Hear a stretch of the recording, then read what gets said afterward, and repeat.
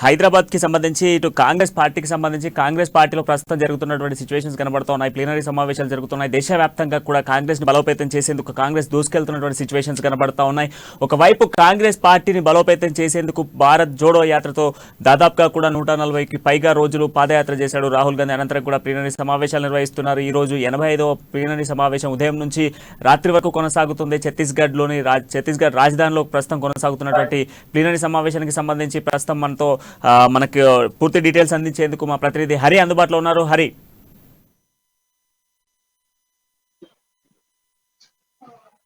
అని చెప్పవచ్చు. అయితే కాంగ్రెస్ పార్టీ ఇప్పటికే అక్కడ ఏఐసిసి అధ్యక్షుడు మల్లికార్జున ఖర్గే అధ్యక్ష పదవులు చేపట్టినప్పటి నుంచి కూడా రాహుల్ గాంధీ భారత్ జోడో యాత్ర కూడా సక్సెస్ఫుల్గా ముగించుకోవడం జరిగింది. అలాగే దానికి సంబంధించి అనుగుణంగానే ఇక్కడ ఆస్సే జోడా కూడా పాదయాత్ర కొనసాగుతుంది. దానికి సంబంధించి ఇక్కడ తెలంగాణ వ్యాప్తంగా రేవంత్ రెడ్డి పాదయాత్ర చేస్తున్న పరిస్థితి కనిపిస్తుంది. అయితే ఈ నేపథ్యంలో కాంగ్రెస్ పార్టీకి సంబంధించిన 85వ ప్లీనరీ సమావేశాలు అయితే ఛత్తీస్గఢ్లోని రాయ్పూర్లో జరుగుతున్నాయి. దీనికి సంబంధించి అంటే ఈ సమావేశాలు 3 రోజుల దాకా జరగబోతున్నాయి. ఈ రోజు నుంచి ప్రారంభమైతే ఈ రోజు ఉదయం 10 గంటలకు ప్రారంభమైన ఈ సమావేశాలు రేపు ఎల్లుండి ఆదివారంతో మిగిలినట్టే. మొత్తంగా అంటే ఈ రోజు ఉదయం ఏదైతే మల్లికార్జున ఖర్గేతో పాటు ఈ సమావేశంలో ఈ ప్లీనరీ సమావేశంలో దాదాపుగా 15,000 మంది కాంగ్రెస్ ప్రతినిధులు, అయితే ఏఐసిసి ప్రతినిధులు కావచ్చు, కోఆప్షన్ మెంబర్లు మొత్తం 15,000 మందికి పైగా కూడా ఈ సమావేశాల్లో పాల్గొనడం జరుగుతుంది. మొత్తంగా అంటే కాంగ్రెస్ పార్టీ ఏదైతే అంటే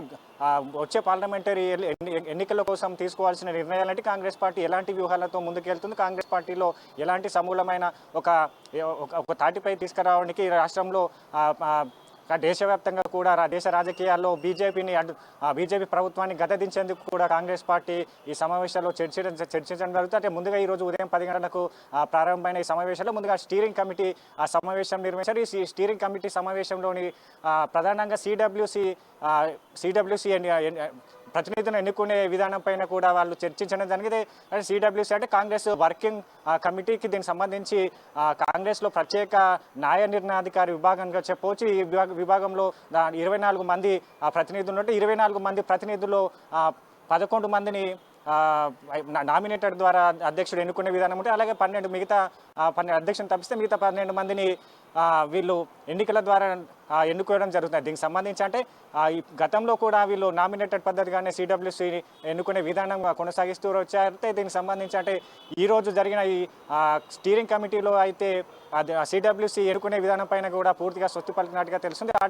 కాంగ్రెస్ పార్టీ రాజ్యాంగంలోని ఆర్టికల్ 16 సవరిస్తూ వాళ్ళు సిడబ్ల్యూసీ ఎన్నికలకు మొత్తం పూర్తిగా 24 మందిని నామినేటెడ్గా పద్ధతిలో ఎన్నుకునే విధానం అధ్యక్షుడు మల్లికార్జున ఖర్గేకు ఇవ్వడం జరిగింది. మల్లికార్జున ఖర్గేకు ఈ ఆర్టికల్ సవరించడంతో పాటు ఇక్కడ కాంగ్రెస్ పార్టీలో సోనియా గాంధీ కావచ్చు, ప్రధాని మన్మోహన్ సింగ్ కావచ్చు, రాహుల్ గాంధీ కావచ్చు, వీళ్ళు సిడబ్ల్యూసీలో మెంబర్గా అవకాశం కల్పించే అవకాశాలు ఉన్నాయి. అయితే దీనికి సంబంధించి అంటే ఈరోజు ప్రధానంగా ఈ స్టీరింగ్ కమిటీ పైన ఉదయం నుంచి కూడా చర్చ జరిగింది. అయితే రేపటికి సంబంధించి రేపు ఉదయం 9:30 గంటల నుంచి కాంగ్రెస్ జెండా వందనం ఉంటుంది. జెండా వందనం తర్వాత కాంగ్రెస్ అధ్యక్షుని ఉపన్యాసం ఉంటుంది. ఉపన్యాసం తర్వాత 3 ప్రధానమైన తీర్మానాలను ప్రవేశపెట్టడం జరుగుతుంది. మొత్తంగా 6 ప్రధానమైన తీర్మానాలను కాంగ్రెస్ పార్టీ ఏఐసిసి ప్రతిపాదించిన తీర్మానాలను ప్రవేశపెట్టనుంది. అంటే రేపటికి సంబంధించి రేపు అధ్యక్షుని ఉపన్యాసం తర్వాత 3 తీర్మానాలను ప్రవేశపెట్టడం జరుగుతుంది. ఏదైతే కాంగ్రెస్ ఆర్థిక రాజకీయ స్థితిగతులు అలాగే సామాజిక అంశాలపైన 3 ప్రధానమైన తీర్మానాలను రేపు ప్రవేశపెట్టి చర్చించిన తర్వాత కూడా స్టీరింగ్ కమిటీలో ఆమోదించే అవకాశం కనిపిస్తుంది. అలాగే సాయంత్రం సోనియా గాంధీ ప్రసంగించే అవకాశం ఉంది. అయితే మళ్ళీ ఆదివారం చూసుకుంటే ఆదివారం ఉదయం 11 గంటలకు ఈ సమావేశాలు ప్రారంభమైతే సమావేశాల తర్వాత అధ్యక్షుడు ఖర్గే ప్రసంగించినారు. తర్వాత మళ్ళీ 3 ప్రధానమైన తీర్మానాలు ప్రవేశపెట్టారు. విద్య, వైద్య, ఉద్యోగం, ఉపాధి కల్పన ప్రధానమైన అంశాలపైన కూడా 3 తీర్మానాలను ప్రవేశపెట్టి స్టీరింగ్ కమిటీలో చర్చించి ఆమోదించనున్నారు.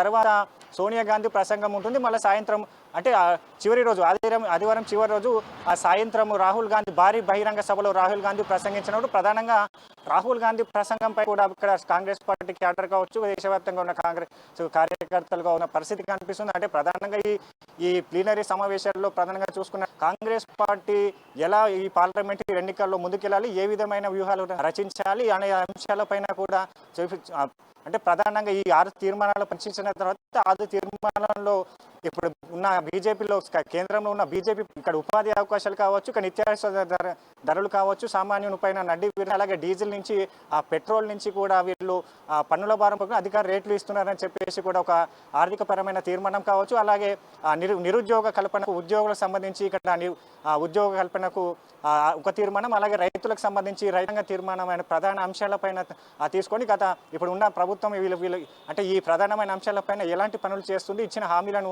ఎలా విస్మరిస్తుంది, ప్రజా వ్యతిరేక విధానాలను కూడా ప్రజల్లో ఎండకట్టేందుకు ఏ విధంగా ప్రజల్లోకి ముందుకెళ్ళాలి, కాంగ్రెస్ పార్టీ ఏ విధమైన అంశాలను ప్రజల్లో ప్రస్తావించాలి, ఇవన్నీ బేస్ చేసుకొని కూడా నెక్స్ట్ పార్లమెంటరీ ఎన్నికల్లో విజయం సాధించిన తర్వాత ఎలాంటి వ్యూహాలతో ఎలాంటి ప్రజా సేవా కార్యక్రమాలు చేయాలనే దానిపైన కూడా పూర్తిగా చర్చలు ఈ సమావేశాల్లో చర్చించడం జరుగుతుంది. ప్రధానంగా చూసుకున్నట్టయితే కాంగ్రెస్ పార్టీ 2000 గత ఎన్నికల్లో చూసుకున్నట్టయితే 80 సీట్లకు పరిమితమైన కాంగ్రెస్ పార్టీ, అలాగే బీజేపీ ఏదైతే లాగా విస్తరించి బీజేపీ ఏదైతే ప్రధానమైన రాష్ట్రాల్లో కూడా బీజేపీ కాంగ్రెస్ సంబంధించిన రాష్ట్రాలతో అక్కడ బీజేపీలో పాటు దానిపై కాంగ్రెస్తో పాటు పొత్తు పెట్టుకున్న రాష్ట్రాలను కూడా బీజేపీ విలీనం చేసుకుంది. దీనికి సంబంధించి కాంగ్రెస్ పార్టీ ఇక్కడ ప్రధానంగా ఒక 4 రాష్ట్రాలు కూడా కాంగ్రెస్ పార్టీ అధికారంలో కొనసాగుతుంది. ఈ 4 రాష్ట్రాల్లో కాకుండా ఇప్పుడు వచ్చే ఎన్నికలు కావచ్చు, ఇక్కడ వచ్చే అంటే ఈ నెల ఈ సంవత్సరం 2024లో జరిగే తెలంగాణతో పాటు ఇతర రాష్ట్రాల్లో జరిగే అసెంబ్లీ ఎన్నికల్లో కూడా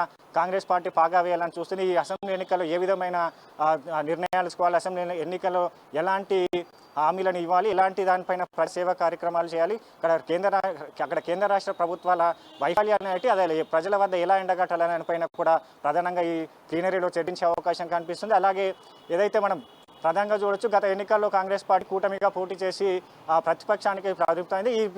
ఇప్పుడున్న పరిస్థితుల్లో కూడా కాంగ్రెస్ పార్టీ బీఆర్ఎస్ సంబంధించి ఇక్కడ బీఆర్ఎస్ పార్టీ, అలాగే ఆమ్ ఆద్మీ పార్టీ, అలాగే టీఎంస్ తృణమూల్ కాంగ్రెస్ పార్టీని బీజేపీ మిత్రపక్షమైన ఆ పార్టీలను పక్కన పెట్టి ఇతర ప్రాంతాల్లో ఉన్న అన్ని పార్టీలతో పాటు ఒక మహాకూటమిగా ఏర్పడి ఆ మహాకూటమి ద్వారానే పార్లమెంటరీ ఎన్నికలకు వెళ్ళాలని, లోక్సభ ఎన్నికలకు వెళ్ళాలని కూడా కాంగ్రెస్ పార్టీ యోచిస్తుంది. దీనిలో భాగంగానే ఎలాంటి అంటే ప్రధానంగా మిత్రపక్షాలే కాకుండా బీజేపీ మిత్రపక్షాలతో సంబంధం లేకుండా మహాకూటమిగా ఏర్పడి అధికారంలోకి రావాలి, లేదంటే సంకీర్ణ ప్రభుత్వం తీసుకురావాలని చెప్పేసి కూడా కాంగ్రెస్ పార్టీ యోచిస్తుంది. దీనికి సంబంధించి ఇదంతా 3 రోజుల పాటు ఈ ప్లీనరీ సమావేశాలు జరగనున్నాయి. ఈ ప్లీనరీ సమావేశాల్లో కూడా ప్రధానంగా ఈరోజు జరిగిన స్టీరింగ్ కమిటీలో సోనియా రాహుల్ గాంధీలు పాల్గొంటారని ముందుగా చెప్పారు. అయితే దీనికి సంబంధించి ఖర్గేకి ఇచ్చిన ఏదైతే ప్రత్యక్షంగా ఎన్నుకున్న అధ్యక్ష పదవి ఖర్గేకి ఇచ్చినట్టుగా విశ్వసనీయత కోల్పోతామని చెప్పేసి ఖర్గేకి ఇచ్చిన అధికారాన్ని ఈరోజు స్టీరింగ్ కమిటీలో కూడా వాళ్ళు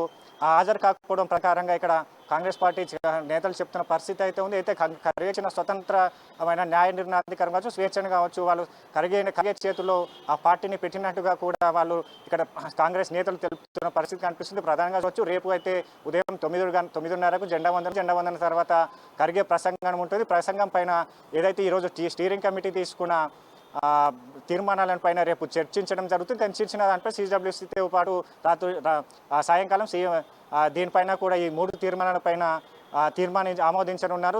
తదుపరి సోనియా గాంధీ ప్రసంగం ఉంటుంది. అలాగే మరుసటి రోజు ఏదైతే సోనియా గాంధీ ప్రసంగం, అలాగే రాహుల్ గాంధీ ప్రసంగంతో పాటు ఈ 3 రోజుల సమావేశాలు ఏదైతే కాంగ్రెస్ పార్టీ ప్లీనరీ సమావేశాలు 3 రోజుల సమావేశాలు ముగిసినట్లయితే చెప్పవచ్చు. ఇది ఇక్కడ తెలంగాణ వ్యాప్తంగా చూసుకుంటే దాదాపుగా తెలంగాణ ప్రాంతానికి చెందిన 300 మంది ఏఐసిసి పిసిసి ప్రతినిధులు అయితే ఇప్పటికే అక్కడ రాయ్పూర్కి వెళ్ళుకున్న పరిస్థితి కనిపిస్తుంది. అలాగే ఏపీ నుంచి కూడా 250 మంది ఏఐసిసి పిసిసి ప్రతినిధులు అక్కడ చేరుకున్నారు. ప్రధానంగా ఏదైతే ఇక్కడ గతంలో హైదరాబాద్లో జరిగినట్టుగా భిన్నంగా ఇక్కడ రాయచూరులో జరిగే ఈ 85వ పార్లమెంటరీ సమావేశాలు భారీ ఎత్తున నిర్వహిస్తున్నారని చెప్పొచ్చు. ఏదైతే రాహుల్ గాంధీ చేపట్టిన భారత్ జోడో యాత్ర వైబ్రేషన్స్ని ప్రజల్లోకి అంటే వైబ్రేషన్ ప్రజల నుంచి తొలగముందేకు ఇలాంటి ఆర్సీఆర్ జోడో రేవంత్ రెడ్డి కొనసాగింపుగా ఆర్సీఆర్ జోడో కొనసాగిస్తున్నారు. రేవంత్ రెడ్డి కూడా ఇక్కడ వరంగల్లో ఆర్సీఆర్ జోడోకి 3 రోజుల పాటు తాత్కాలిక విరామం ప్రకటించి ఆయన రేపు ప్లీనరీ సమావేశాలు వెళ్ళనున్నారు. అంటే ఈ జోడయాత్రల ప్రభావం ప్రజల్లో తగ్గక ముందే ఈ ప్లీనరీ సమావేశంలో చర్చించిన నిర్ణయాలు ఇక్కడ పార్టీల ప్రతినిధులు కావచ్చు, పార్టీ ప్రతినిధులపై జోష్ నింపేందుకు పార్టీ క్యాడర్ని పెంచుకునేందుకు, అలాగే పార్లమెంటరీ ఎన్నికలు కావచ్చు, ఇక్కడ స్థానికంగా జరిగే రాష్ట్రాల్లో ఉండే అసెంబ్లీ ఎన్నికలకు కావచ్చు కాంగ్రెస్ పార్టీ సమయాత్తుందని చెప్పవచ్చు. ప్రధానంగా వచ్చే ఎన్నికల ఎజెండాగా కూడా కాంగ్రెస్ పార్టీ అధికారంలోకి రావాలని యోచిస్తుంది. దీనికి సంబంధించి పూర్తిగా ఈ రోజు 3 రోజుల పాటు ఈ ప్లీనరీ సమావేశాల్లో కూడా చర్చించడం జరుగుతుంది. ప్రణయ్. సో హరి, అదేవిధంగా ఇప్పుడు భారత్ జోడో యాత్ర అనేది దేశవ్యాప్తంగా రాహుల్ గాంధీ చేశారు, అనంతరం కూడా ప్లీనరీ సమావేశాలు నిర్వహిస్తున్నారు 85కి సంబంధించి. సో ఈ రెండింటి ఎఫెక్ట్ ఇంపాక్ట్ అంతా కూడా రాబోయేటువంటి ఎన్నికలపై ఇంపాక్ట్ పడే అవకాశాలు ఉన్నాయా? దాంతో పాటుగా తెలంగాణలో ప్రస్తుతం ఉన్న సిచ్యుయేషన్స్ అన్నీ తెలుసు, కాంగ్రెస్పై జరుగుతున్నటువంటి అనుచిత దాడులు ఇవన్నీ జరుగుతూ ఉన్నాయి. సో ఈ నేపథ్యంలో ఇవన్నీ కూడా చర్చించేటువంటి ఛాన్సెస్ ఉన్నాయా? దాంతో పాటుగా ఆదివారం సాయంత్రం రాహుల్ గాంధీ బహిరంగ సభ కూడా ఉండబోతుంది. సో ఈ బహిరంగ సభలో బేస్ చేసుకుని దేశ ప్రజలకు ఏదైనా కాంగ్రెస్ పార్టీ రానున్నటువంటి రోజుల్లో అధికారంలోకి వస్తే ఏ విధమైనటువంటి చర్యలు ఉంటాయి అన్నటువంటి అంశాలు ఏమైనా చర్చించే ఛాన్సెస్ ఉన్నాయా?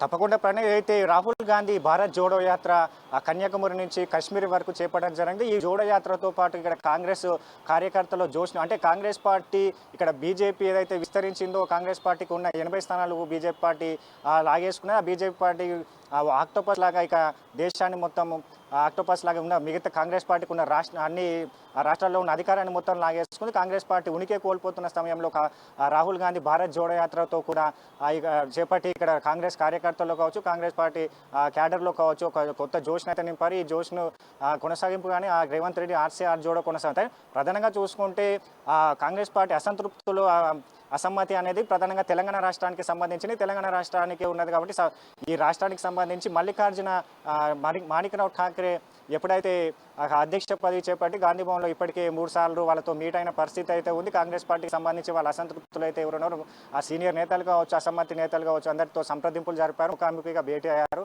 అలాగే వీరికి సంబంధించి మేము వారికి ఉన్న అసంతృప్తులన్నీ తొలగించారు. మేము అందరం ఒకే తాటిపై తీసుకువచ్చి ఇప్పటి నుంచి అందరూ పార్టీ గురించి కొట్లాడాలి, పార్టీ కోసమే ఉండాలి, పార్టీ లైన్ కట్టుబాటు ఎవరైతే దాటవద్దు, ఏదైతే ఉంటే ప్రత్యేక పార్టీ సమావేశాల్లో మాట్లాడుకోవాలని చెప్పి సూచనలు చేశారు. ఈ సూచనలో భాగంగానే ఇక్కడ ఆర్సీఆర్ జోడో రేవంత్ రెడ్డి చేపట్టిన ఆర్సీఆర్ జోడో కావచ్చు, ప్రధానంగా మిగతా జిల్లాలో నియోజకవర్గంలో ఉన్న సీనియర్ నేతలు కూడా వాళ్ళు ఈ పాదయాత్రలు చేపడుతున్నారు, అలాగే బైక్ యాత్రలు కూడా చేపడుతున్న పరిస్థితి అయితే ఉంది. మనం చూడొచ్చు, గతంలో కోమటిరెడ్డితో పాటు ఎన్నో విమర్శలు అనుకున్న కోమటిరెడ్డి అవకాశం నోటీసులు సైతం జారీ చేసింది. అలాగే కాంగ్రెస్ పార్టీ ఏదైతే మాణిక్రావు ఠాక్రే కోమటిరెడ్డితో అయితే చర్చలు జరిపిన తర్వాత కోమటిరెడ్డి కాంగ్రెస్ పార్టీకి పనిచేస్తారని చెప్పేసి నేను కూడా పాదయాత్ర చేస్తున్నట్టుగా ప్రకటించారు. అలాగే జగ్గారెడ్డితో ప్రత్యేకంగా మీట్ అయిన పరిస్థితి అయితే ఉంది. జగ్గారెడ్డి కూడా ఈ నెల 30 నుంచి కూడా ఆయన పాదయాత్ర చేపడుతున్న పరిస్థితి అయితే ఉంది. అయితే మొత్తంగా చూడవచ్చు, ఏదైతే అసంతృప్తుల సెగలు అసమ్మతులు అనేది తెలంగాణ రాష్ట్రానికి అది పూర్తిగా అంటే కాంగ్రెస్ పార్టీలో ఈ మధ్య చూస్తున్నట్టే మాణిక్రావు ఠాక్రే ఎంటర్ అయిన తర్వాత కూడా ఇది ఇలాంటి సద్మనిగా చెప్పవచ్చు. అయితే ప్రధానంగా